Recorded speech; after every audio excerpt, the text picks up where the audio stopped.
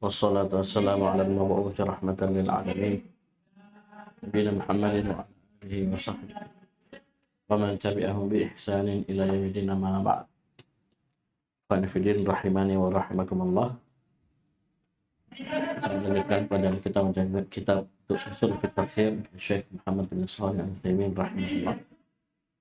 Kita masuk pembahasan baru yang masih berkaitan erat dengan pembahasan sebelumnya, karena ini masuk dalam bentuk mutasyabih dalam bentuk orang bisa menyangka dan mengira ada ayat-ayat yang bertentangan dengan ayat-ayat yang lainnya. Yang mutasyabih juga ya, mutasyabih nisbi, tasyabuh nisbi.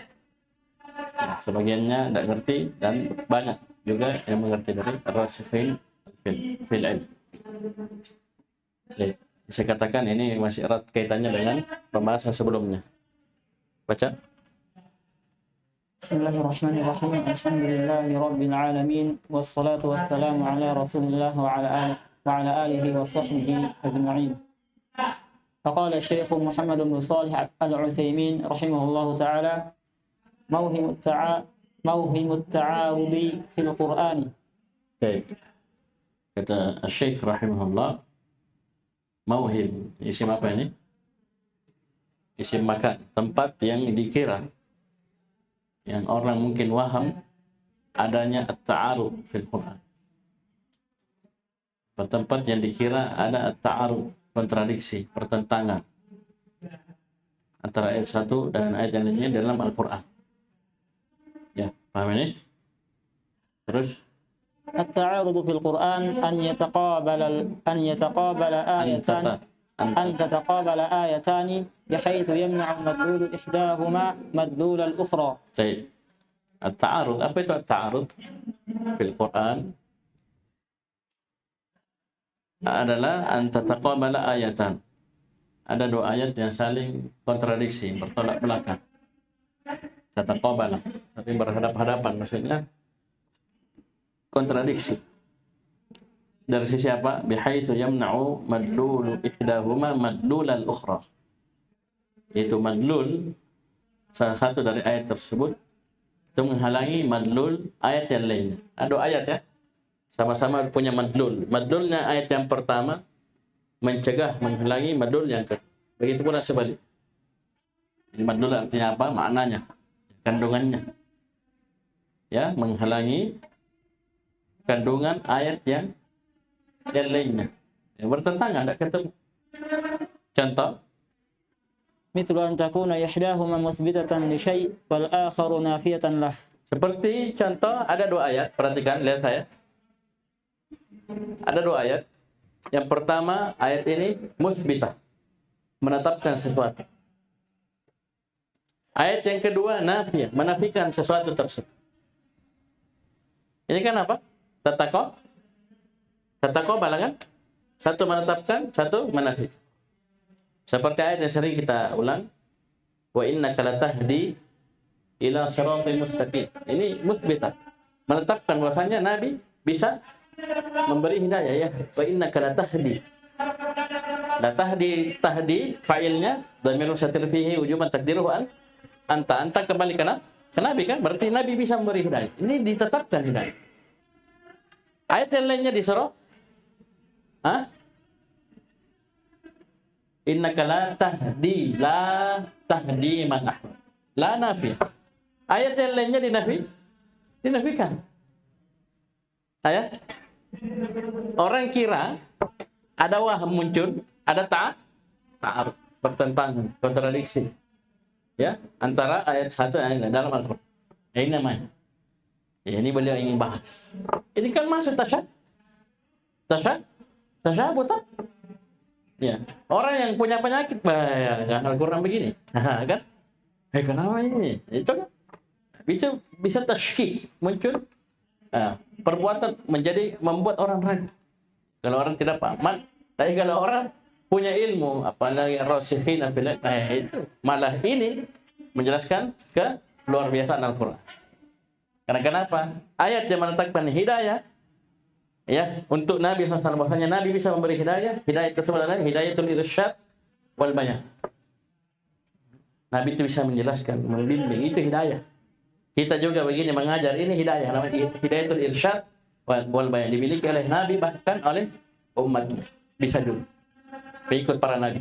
Paham ini? Adapun yang dinafikan maksudnya Nabi tidak bisa memberi hidayah, itu yang diinginkan hidayatul taufik wal ilham. Jadi ketika orang sudah dapat hidayah irsyad wal bayan, dia amalkan atau tidak, dia yakini atau tidak, dia pegang atau tidak, itu butuh hidayah taufik wal ilham. Itu kadang orang kita kasih tahu tidak mendengar. Nah, itu dia sudah dapat hidayah itu irsyad wal bayan. Ya, kasih Al-Qur'an Sunnah itu irsyad wal bayan. Tapi Allah belum kasih dia taufik wal ilham, karena itu milik Allah semata. Ya, antum orang tua sudah nasihati tinggalkan kesyirikan, tinggalkan bid'ah. 1 tahun mundur, 2 tahun mundur dari RBA, kembali masih begitu. Itu sudah sampai hidayah irsyad wal bayan, tapi mereka belum dapat hidayah itu taufik. Ini yang dinafikan dari Nabi sallallahu alaihi wasallam. Ini namanya ta'arud, tapi bahasanya mauhim saja. Tempat yang dikira, disangka orang bisa waham, ada at-ta'arud. Ya, antara ayat 1 dan ayat 2. Adapun kita orang belajar, insyaallah semua selesai. Yang kita akan bahas. Terus ولا يمكن أن يقع التعارض بين آيتين مدلولهما خبري لأنه يلزم كون إحداهما كذبا. كون ya, يلزم كون إحداهما كذبا. Kata ولا يمكن أن يقع التعارض بين آيتين مدلولهما خبري. Tidak akan mungkin terjadi at-ta'arud, kontradiksi antara dua ayat yang mana kandungan dua ayat ini berupa khabari. Paham ini? Kenapa? Li'annahu yalzamu kauna ihdahuma kadiban. Ay yalzamu hadha at-ta'arud kauna ihdahuma kadiban. Karena pertentangan ini yang mana dua-duanya khabar, berita. Paham ini? Kapan bertentangan? Berarti ini mengharuskan, ya, pertentangan ini mengharuskan keberadaan salah satu dari keduanya dan dusta. Paham ini? Seperti yang pernah kita lewati dalam mula'anah, yaitu mula'anah. Ketika seorang suami menuduh istrinya berzina, tapi dia tidak punya saksi. Ini kan kadang betul terjadi, tapi kan dalam pembahasan syariat itu kan harus datangkan orang saksi yang betul-betul menyaksikan timba masuk ke dalam sumur. Bukan sekedar satu selimut, satu kamar, bukan video, bukan. Betul-betul menyaksikan. Ada tidak punya, tapi dia yakin kan? Bisa jadi kan begitu. Saya betul, saya lihat Ustaz. Ya, ini syaratkan mulaan. Sekarang saya tanya. Si suami bilang istrinya berzina. Si istri bilang saya tidak berzina. Kira-kira benar dua-duanya? Ini khabar kan? Khabar. Ini si suami mengkhabarkan kepada saya, Ustaz Zakir, Ustaz berzina istri. Saya lihat dari mata kepala. Ya, ada videonya boleh. Tapi tidak ada saksi. Datang istrinya ke saya juga, dia bilang, tidak Ustaz, saya tidak berzina. Satu bilang berzina, satu bilang tidak. Sekarang, ini khabar dua-duanya? Berita dua-duanya? Sekarang, mungkin tak benar dua-duanya? Ini kan kontradiksi tuh. Satu bilang iya, satu bilang tidak. Kontradiksi, ta'arud. Mungkin benar dua-duanya? Tidak mungkin. Pasti ada dusta. Kalau bukan suami yang berdosa, dia fitnah istrinya, kemungkinan kedua, si istri berzina tapi dia tidak berdosa juga. Ini tidak akan mungkin. Ya, karena kapan ini khabari dua-duanya, ayat khabari ini khabari, kemudian ta'arud ini mengharuskan salah satu dari keduanya adalah dusta. Kemudian wahwa mustahilun fi akhbarillahi ta'ala. Dan ini mustahil ada pada khabar-khabar yang datang dari Allah Subhanahu wa taala. Karena semuanya la raiba fi, ya, hudan lil muttaqin. Ya, semuanya kebaikan, semuanya benar. Nah, apa dalilnya? Qala Allah Ta'ala, "Wa man asdaqu minallahi haditha." Siapa yang lebih jujur, lebih benar ucapannya daripada Allah Subhanahu wa taala? Terus? "Wa man asdaqu minallahi qila." Bisa paham ini? Tidak ada. Itu yang paling benar. Ya, tidak akan mungkin ada dusta. Paham ini? Dan kita saja dilarang berdusta. Paham ini? Tak boleh berdusta. Apalagi itu pada Al-Quran. Tentunya tidak ada. Ini mustahil. Paham ini? Baik. Ini ta'arud antara apa? Dua ayat yang maknanya khabari, tidak akan mungkin terjadi, mustahil, la yumkin. La yumkin. Dalilnya wa man asdaqu minallahi haditha wa man asdaqu minallahi qila. Dan bisa kita pakai ayat umum, walau kana min indi ghairillahi lawajadu fihi ikhtilafan katsiran.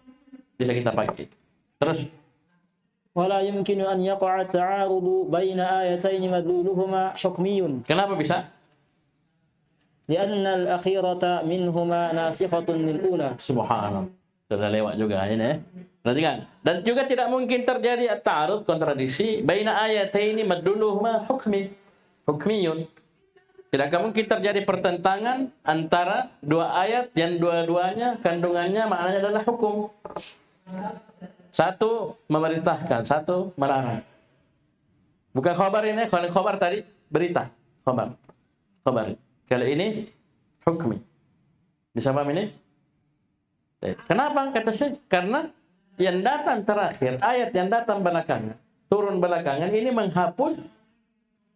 menghapus hukumnya sebelumnya, berarti tidak ada pertentangan. Karena kenapa? Tidak berlaku yang pertama. Mudah tuh. Mudah sekali.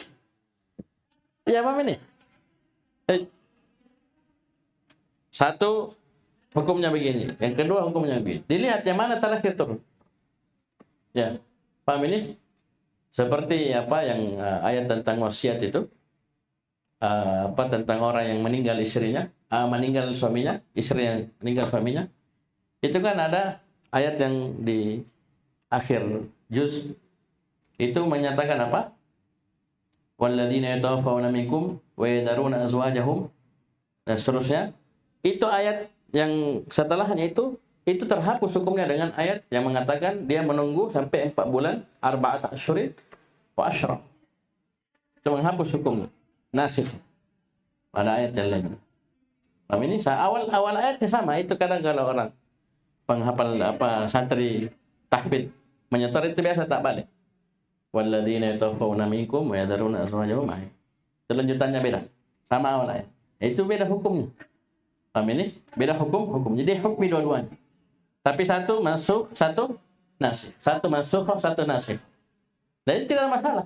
Berarti tidak ada ta'arud. Bisa paham ini? Baik. Terus قال الله تعالى ما ننسخ من آية أو ننسها نأتي بخير منها أو مثلها. Apapun ayat yang kami hapus atau kami nunsiha, buat melupakannya, maksudnya menghapus, maka kami akan na'ti bi khairin minha, akan mendatangkan ayat yang lebih baik darinya, atau misliha, atau yang semisal. Dan Allah Subhanahu wa taala yang Maha tahu tentang maslahat hamba. Ini pembahasan nasi dan masuk, ini pembahasan penting dalam agama Islam. Seperti puasa yang antum amalkan kemarin. Puasa Asyura. Antum tahu itu asalnya puasa apa? Wajib itu. Sebelum adanya puasa Ramadan itu puasa Asyura wajib. Tahu ini? Wajib. Datang ayat tentang puasa Ramadan, maka dia berubah menjadi sunnah. Yang wajib puasa Ramadan. Puasa Ramadan awalnya apa? Boleh puasa, boleh bayar fit. Bisa paham ini? Itu awalnya. Yang mau puasa, yang mau bayar fitnya. Dihapus dengan ayat syahrul Ramadan. Faman syahida minkum asy-syahra falyasum. Terpenuhi 6 syarat. Muslim, balik, akil, qadir, mukim, tidak ada penghalang berupa haid dan nifas. Maka kapan terkumpul 6 ini wajib dia puasa. Muslim, qadir, balik, akil, qadir.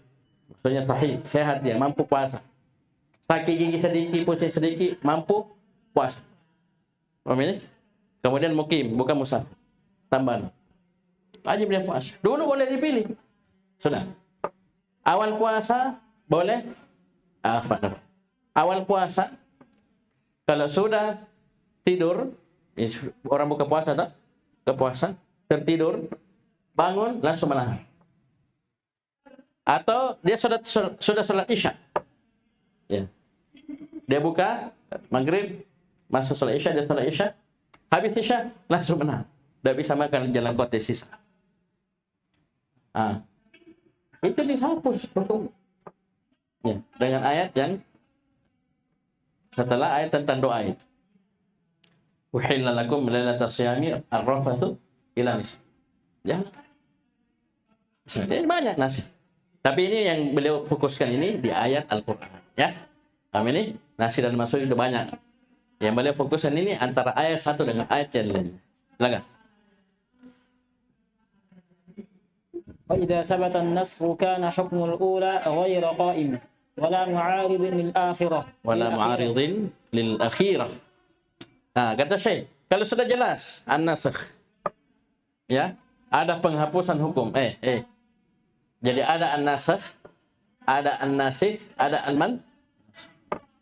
Kalau ada an-nasakh, pasti ada an-nasikh, ada al-mansukh. Sama kalau kita bilang ada ad-darb, ada pemukulan. Berarti ada ad-darib, ada al-madrub. Ya, ada pemukulan. Rudin pukul Ramadan. Ya, Rudin darib, Ramadan madrub. Sama juga kalau ada nasakh, pasti ada nasikh, ada mansukh. Yang berlaku mana? An-nasikh. Dan ini pasti datang belakang. Bisa paham ini? Menghapus hukum yang masuk. Bisa paham ini? Kata Syekh, kalau telah tetap an-nasakh. Ya jelas, an-nasakh ini. Maka hukmul ula, hukum ayat yang pertama, hukmul ayatil ula, itu ghayra qaimin, tidak tegak lagi. Tidak dipakai lagi. Tapi juga wala mu'aridin, tidak juga dikatakan bertentangan, kontradiksi dengan al-akhirah, dengan apa? Yang datang belakangan. Memang betul, ada yang perintah, ada yang melarang. Betul itu bertentangan, tapi kan dengan adanya nasakh ini tetap nasakh berarti apa? Tidak bertentangan dikatakan. Karena kenapa tidak berlaku itu? Mau bertentangan bagaimana? Satu jadi amalkan. Kecuali kau bilang diamalkan dua-dua, baru dibilang bertentangan. Betul maknanya, madlulnya bertentangan. Hukmi. Tapi satu tidak dipakai. Yang dipakai an-nasikhah. Bisa paham ini? Dan tidak ada ta'arud kalau begitu. Paham ini? Bisa paham ya? Baik. Jadi, kata Syekh ini, jadi tidak akan mungkin terjadi ta'arud antara dua ayat yang madlulnya khabari dan madlulnya hukmi. Kalau tadi yang madlulnya dua-duanya khabari, maka mustahil. Paham ini? Tidak akan mungkin. Karena mengharuskan ada satu yang dusta. Dan itu akan mungkin ada dalam Al-Quran. Yang kedua, kalau dua-duanya madlulnya itu maknanya hukmi, maka kita katakan juga tidak dikatakan ta'arud. Tidak ada ta'arud. Karena kenapa? Yang pertama sudah mansukhah. Tidak dipakai lagi. Yang dipakai satu. Tidak mansuh. Tidak ta'arud berarti. Karena satu yang diambil. Tapi tetap itu ayat ada. Dan ada nanti hikmah dari an-nasakh. Ada hikmahnya nanti. Terus. Apa bahasa di belakang? Terus. وإذا رأيت ما يوهم التعارض من ذلك فحاول الجمع بينهما فإن لم يتبين لك وجب عليك توقف وتكل الأمر إلى عامله. Nah, sekarang bagaimana sikap kita?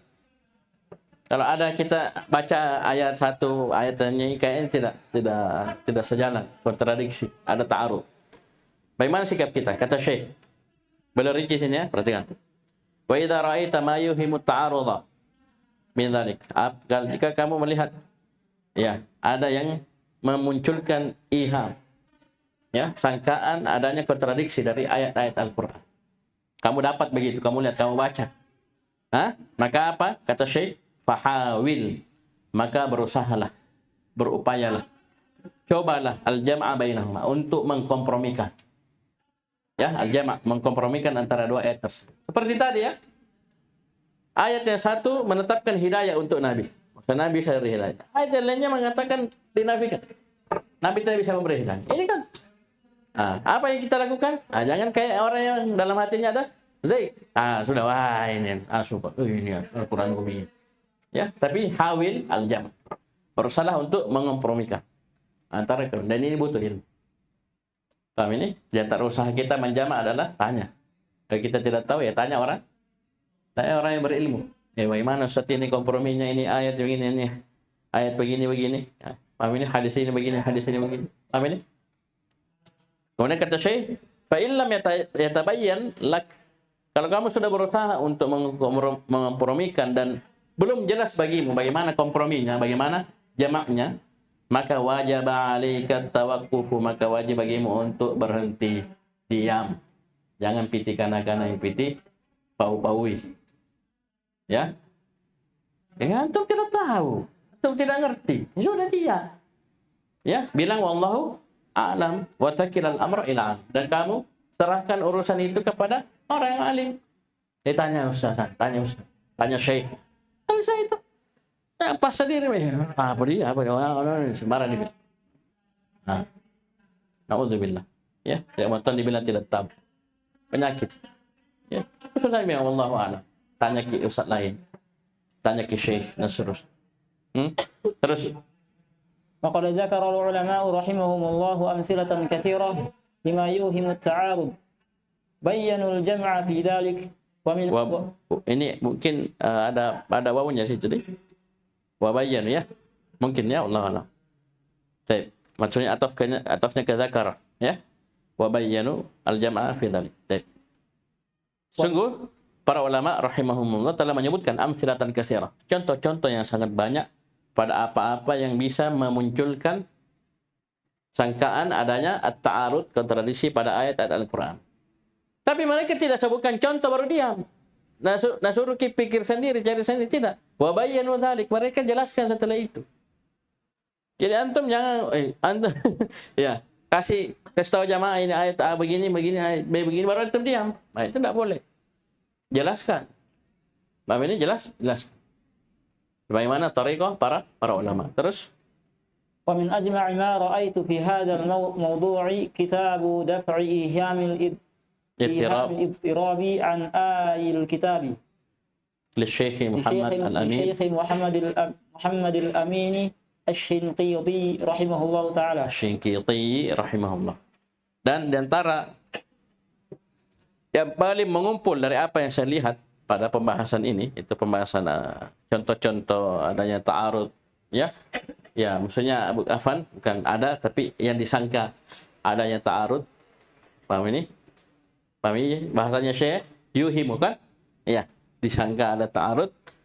Ya, contoh-contohnya yang paling mengumpul dari karangan-karangan para ulama ini adalah diantaranya ya min tabi'idhiyah adalah kitabu daf'i ihamil ittirab an ayil kitab. Tuh, menolak adanya sangkaan ittirab, kegoncangan dari ayat-ayat Al-Quran. Maksudnya apa?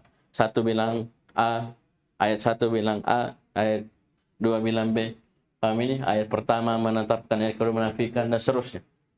Ini ditolak, dijelaskan maksudnya bagaimana cara memahaminya, bagaimana mengompromikannya.